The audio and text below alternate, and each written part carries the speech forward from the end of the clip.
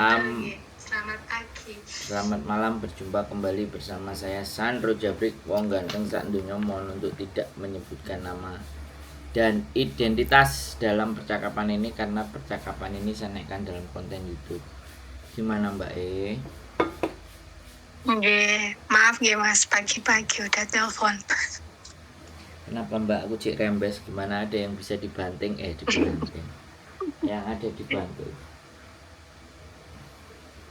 Enggak Mas, aku mau nanya. Halo? Iya, sampean ngomong Mbak, tak dengerin. Kan aku kerja di sini dulu itu di pos ini pas interview itu kan nggak ada yang namanya jaga, maksudnya suami bojone bosku itu gitu. Nah sekarang kan suami bojone bosku itu iki kan ternyata waktu interview itu dia itu udah punya sakit kanker. Nah terus kalau sekarang saya itu kan disuruh jaga dia toh, jadi saya itu merasa keberatan gitu. Gimana ya Kak solusinya? Kan aku nggak pernah jaga laki-laki gitu, maksudnya nggak pernah jaga orang tua laki-laki gitu. Aku dulu jaganya ya bobo gitu. Kalau saya nolak gitu, itu enggak ya Kak? Gimana cara nolak gitu loh, secara halus gitu? Udah, mau gitu toh? Udah. Karena saya tuh sebenarnya pingin notice juga gitu kan, cuman kan ini darurat gitu loh, maksudnya ini bosnya lagi tuh ambruk gitu kan, jadi semuanya dia itu yang ngerawat yang sensitif gitu, kayak mungkin dia udah pakai pampers gitu. Terus? Nah cara ini itu sekarang itu ganti job gitu loh Kak, maksudnya tadinya dulu itu pas interview nggak ada job, nggak ngurusin itu, sekarang aku tuh disuruh ngurusin bojone bu bos gitu loh. Terus? Ya udah gitu. Nah sekarang kan gini nih Mbak, Udah selesai belum ceritanya? sampun. Ya itu aja sih Kak, masalah itu kalau saya nolak itu saya di posisi salah apa enggak gitu loh. Masalahnya kan kalau kayak gini kan harus dari awal-awal tuh Kak, dia juga nggak bilang kalau suami saya itu kanker, nanti kalau dia jatuh sakit atau gimana kamu ngurusin dia dari awal tuh, dia nggak bilang gitu.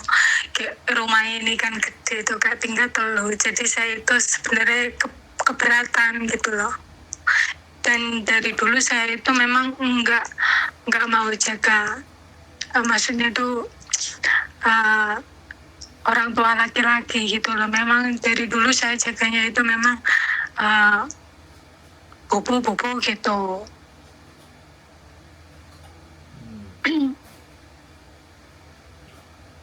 Oke. Udah? Ampun. Dari tadi sudah, tapi ceritanya masih terus saja, tak dengerin aja terusnya. Bon udah. Sampean tidak ada tanggungan hutang kan? Tidak ada sama sekali Kak. Oke, jawabnya pendek-pendek aja. Selain tidak ada hutang, sampean nggak ada beban-beban yang lain kan? Tidak ada. Tidak harus menanggung A, B, C, D, semuanya baik-baik saja kan? Kalau semuanya baik-baik saja ya sudah, sampean break aja.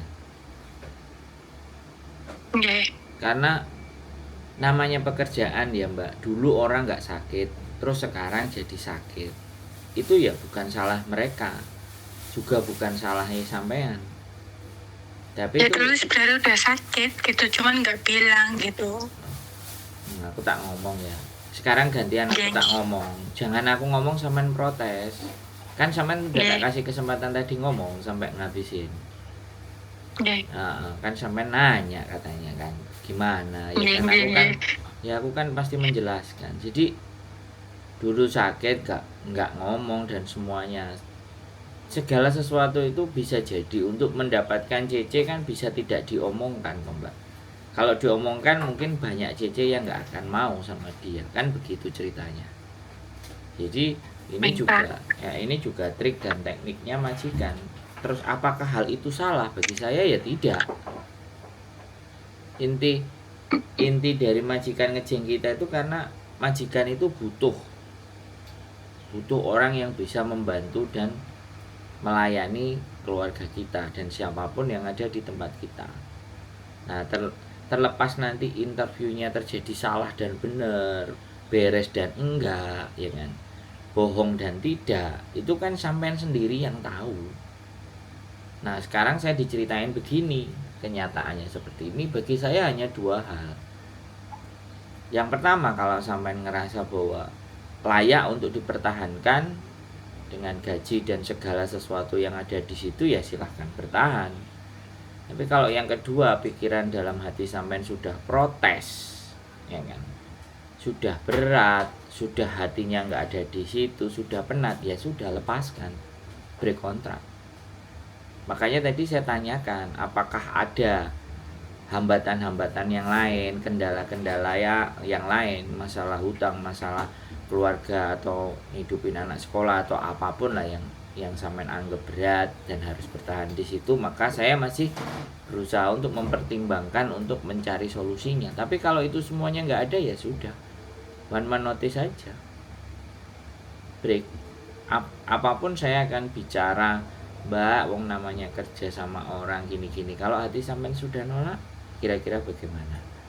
Aku ngomongnya slow, soalnya sampean juga slow. Mau dengerin ya, jadi aku pelan-pelan, nggak akan ngegas-ngegas. Yang ngegas-ngegas itu kalau yang susah-susah dibilangin. Jadi menurutku kalau memang ternyata sampean ngerasa berat, rumahnya besar dan nggak biasa dengan cowok, ya sudah, lepaskan. Mau gimana lagi? Mau susi gimana lagi? Udah lepas, cari majikan. Kalau pas libur, kalau sampean masih ingin bekerja di Hongkong, kalau enggak ya istirahat dulu di rumah sampai duitnya habis, sudah cukup habis lagi, pingin nyari ya balik lagi. Sesederhana itu Mbak sebenarnya. Wes, sekarang keberatannya gimana lagi? Kalau omongan gantian gini kan enak. Nggih, matur suwun Mas Anu sarane, tapi ini saya tak tanya satu lagi Mas. Boleh, Kan dua, tiga juga boleh Mbak. 2, 3, 4 boleh. 10 kan tak ladeni. Gimana? Nggih. Kan aku kan yang kemarin itu udah pre-kontrak tuh Mas, setahun lebih. Nah, terus itu aku mau, intinya aku mau notice di interminate dulu gitu kan, setahun lebih. Kalau yang dulu saya finish semua. Nah, terus yang ini kan saya jalan baru 6 bulan gitu. Jadi kalau seandainya saya cari kerja lagi, visa saya ini kira-kira agak susah nggak gitu Mas? Oke. Kalau masih kerja di Hongkong, ya itu aja. Kalau masalah visa itu jawaban pastinya hanya di imigrasi ya Mbak. Tapi kita jawaban kita ini hanya prediksi. Prediksi itu bisa benar bisa salah. Kenapa saya bilang begitu? Karena sampean tadi ngomong kurang dari sudah 1 tahun lebih ya kan? Berarti proses sampean setelah di interminate itu dari hari ini kan sudah 1 tahun lebih ya kan? Berapa? 6 bulan Kak. Yang pertama yang kemarin yang saya keluar itu setahun 5 bulan. Nah yang sekarang ini kan saya ini baru 6 bulan. Setahun 5 bulan baru keluar dari majikan. Yang pertama ya yang kemarin. Terus yang ini baru. Terus saya baru kerja. Sebentar, hitungannya 6 bulan. Hitungannya dari sekarang, dari sampean di interminate itu berapa bulan? 6 bulan Kakak. Berarti barusan 6 bulan kemarin sampean di interminate. Iya. Terus sekarang sampean mau ngebreak, berarti kurang dari 1 tahun sampean 2 kali intermediate dan break. Boleh saya ngomong kayak gitu? Boleh. Nah, enggak, makanya saya nanya, bener nggak gitu? Kemarin 1,5 tahun, Iya. sekarang majikan baru 6 bulan. Enggak, saya enggak bertanya itunya. Dalam kurun waktu itu 1 tahun enggak gitu loh. Enggak nih, 2 tahun. Kalau itu gini Kak, yang kemarin 1,5 tahun. Gini Ya loh, sekarang 6 bulan. bukan persoalan 1,5 tahunnya. Persoalannya itu sampean break sama sekarang mau sampean di intermediate dan sampean mau break hari ini itu ada dalam waktu 1 tahun enggak? Itu loh yang saya tanya. Kurang. Enggak, kurang. Berarti kurang. Yes. Tidak lebih dari 1 tahun. Yes. Berarti 8 bulan yang lalu atau 7 bulan yang lalu gitu. Atau 9 bulan Kurang yang lalu. Kakak. Berapa bulan yang lalu? Saya Bulan apa yang wis? di intermediate bulan 1 Kakak. Nah, Bulan 1 tanggal 4. bulan 1 terus sekarang kan bulan 8. Berarti kan 7 bulan Iya. yang lalu. Iya. Nah, ini kurang dari 1 tahun. Ini yang ngeri-ngeri sedap, Mbak. Oke, 50-50 ya Kak. Ya, kita nggak bisa ngomong separuh-separuh. Cuman Iya. saya hanya bisa bilang ngeri-ngeri sedap. Tapi kembali lagi, ya kan? Yang bisa membuat sampean bisa dapat lagi itu kalau memang selesainya baik-baik dan majikan memberikan surat release letternya ya baik-baik, nggak ada masalah. Bikin alasan yang lebih pantas gitu. Jadi seperti itu, alasannya harus tepat. Jangan alasannya pulang Indonesia. Anak-anak itu mesti endingnya nek ngebreak dan semuanya nggak penak pulang Indonesia. Setelah pulang Indonesia balik lagi ke Hong Kong, cari uang lagi di Hong Kong. Ya imigrasi langsung jeger no. Oke. Jadi seperti itu, Mbak. Jadi sekali lagi tidak menutup kemungkinan untuk visa turun, tapi juga ada ngeri-ngeri sedapnya bahwa visa itu tidak di-approve. Jadi memang 50-50 kecuali jarak dari sampean di intermediate sama ngebreak ini lebih dari 1 tahun, nah saya berani. Tapi sekali lagi bukan tidak ada kemungkinan, bukan juga mematahkan semangat. Kalau memang ada agent yang mau, monggo. Kalau nggak ada, kalau misalnya memang nggak turun, ya sampean tunggu 1 tahun. Dari bulan 1 sampai nanti bulan 1 lagi baru sampean proses lagi, itu kemungkinan masih oke. Tapi kembali lagi itu kan 1 tahun break atau putus kontrak 2 kali. Tapi kan sampean sebelumnya udah finish semua. Nah, itu yang juga membuat rekod sampean. Jadi kenapa saya bisa bilang masih ada momen. Tapi depend on immigration officer, stafnya imigrasi yang menilai sampean, yang mempertimbangkan sampean. Kalau break gak apa-apa, cari majikan lagi ya ceritakan sama agennya. Kalau saran saya sih nek sampean masih butuh pekerjaan, jangan break dulu. Jadi cari agen dulu yang mau. Setelah ada yang mau, apa kata agen itu, bagaimana keyakinan agen itu bantu, misalnya majikan sudah sama-samain interview, ngobrol cocok, baru lepaskan. Nek sampe kalau berhadangan pekerjaan ya ditelateni dulu. Tapi nek wis anjene wis gak apa-apa lah, aku mulai Indonesia, aku break, aku gak iso, alasannya not suitable aja, wis gak cocok. Apa tuh not suitable itu kan gak cocok, Mbak. Jangan bilang jangan alasan pulang Indonesia gak cocok. Itu tujuannya untuk melindungi sampean, barangkali ada agensi yang mau memproses sampean dan ada majikan yang mau. Not suitable itu tidak cocok. Jangan pakai alasan biasanya aku pulang Indonesia, jangan. Go back to Indonesia, itu alasan yang akan menyulitkan kita lagi juga. Gak cocok ya gak cocok. Gak cocok piye nek. Siap, Kak. Ada pertanyaan lagi, 10 pertanyaan lagi saya jawab, Mbak. Ayo, ada bagaimana lagi sampai Nggih. sampean puas. Sampai Nggih. sampean jelas Nggih. apa? Itu aja sih, Kak. Kalau memang nggak bisa kan saya pinginnya mungkin ya ke Makau gitu atau 1 tahun atau gimana gitu. Nah, itu solusi. Jenengan sakit merasa teng Makau kan?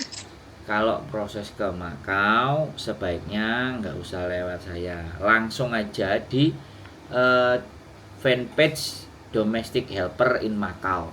Sampean di situ bisa nemukan majikan. Banyak calo. Enggak, di Domestic Helper Macau di Facebook itu langsung majikan. Nggih. Bukan calo. Jadi sampean langsung inbox. Sampean langsung Nggih. inbox dia, langsung Nggih. WA-an sama yang orangnya. Terus janjian misalnya libur sampean mau ke Macau ketemu, interview, cocok. Biasanya mereka sikung 2 hari, wes itu nggak ada potongan kalau majikan. Tapi kalau sampean masih ditarik, oh ya Mbak nanti ini potongan, berarti sekali lagi info itu yang ada di situ itu dia calo. Kalau majikan itu nggak langsung minta uang. Ya udah kamu ketemu sama aku kapan? Kamu ke Makaunya kapan? Kan kayak gitu tuh. Sikung 2 hari, ya aku mau ngebreak ini majikan. Kalau misalnya aku one month notice 1 bulan lagi, oke, tapi kita ketemu dulu nggak apa-apa, aku tak ke Makau. Kamu bisa ditemuin di mana, alamatnya mana, datengin aja. Banyak yang kayak gitu. Dan sekarang udah nggak banyak yang dari Hongkong geser-geser ke Makau itu kena kecalo, nggak. Karena memang ada itu. Domestic helper di Makau itu nggak ada potongan sama sekali. Bahkan kemarin ada yang telepon sama saya, ya masih di boarding. Ya anaknya awalnya kayak sampean gini tanya, terus dia udah nyampe di Makau, di boarding, Mas saya udah dapat majikan, saya kerja di Makau. Lewat calo enggak, lewat fanpage Domestic Helper. Jadi saya langsung diproses ini sama majikan saya. Nah itu nggak ada potongan, enak itu wis. Tapi ketemu dulu, ngobrol dulu, kasih inbox mana kerjaan, kan banyak gitu kerjaan yang cocok. Fanpage Domestic Helper Macau, fanpage di Facebook, sampean cek itu pekerjaan mana yang cocok, kan itu pasti ada namanya Carrie Lam, ada namanya Hong Jiong, namanya siapa, itu biasanya majikannya sendiri. Langsung inbox, kasih nomor WA, dia cocok sama sampean, teleponan, ngomong-ngomongan, janjian, dia pasti akan ngurus itu visanya. Dia urus sendiri, udah nggak aneh tetek potongan dan ABCD bla bla bla bla, aman duitnya sampean. Tapi kalau majikannya ngomong, oh tapi nanti ini loh ya, bayar ini agent sampai 3 kali 4 kali, ya wis gak usah lah madam, ganti. Pokoknya tanya aja, aku syaratnya apa, aku harus ada bayar nggak. Kalau bayarnya 100-200 mop itu kan ya memang urusan imigrasi kan segitu toh Mbak. Tapi kalau dia minta 1.000, 2.000, 3.000 untuk potongan 3 bulan, itu jelas calo itu. Wes, jadi monggo, jelas ya, jangan sampai salah. Nanti barangkali sampean di sana nasibnya bagus dan penak, yo ojo lali, aku sampean kabari. Aman Mas bro, nggak ada potongan, saya sudah kerja, tenang. Nah, artinya orang yang cerita sama saya ternyata bisa di Macau bertahan, ada kerjaan. Kalau nanti mau balik lagi Hongkong boleh setahun lagi, oke. Aman? Cukup? Aman. Siap Kak. Matur suwun nggih Kak infone. Ya, nggak ada pertanyaan lagi? Nggih. Mboten. Aman? Oke. Nggih. Matur suwun Kak. Assalamualaikum. Waalaikumsalam warahmatullahi wabarakatuh. Nggih. Selalu akan ada jalan teman-teman. Selalu hidup itu akan ada sebuah pilihan. Nah tinggal kita itu berbicara dengan siapa, agar pilihannya itu tidak menjerumuskan ke arah yang tidak baik. Karena disitulah ujian ketika kita mendapatkan sebuah persoalan dan di lingkungan kita orang-orang yang tidak punya banyak pengetahuan atas apa yang terjadi masalah kita, makanya mereka juga akan menyarankan hal-hal yang di luar nurul. Oke, itu aja teman-teman semuanya. Tetap berjuang, semangat, keep stay tune my YouTube channel, and see you next video. Bye bye.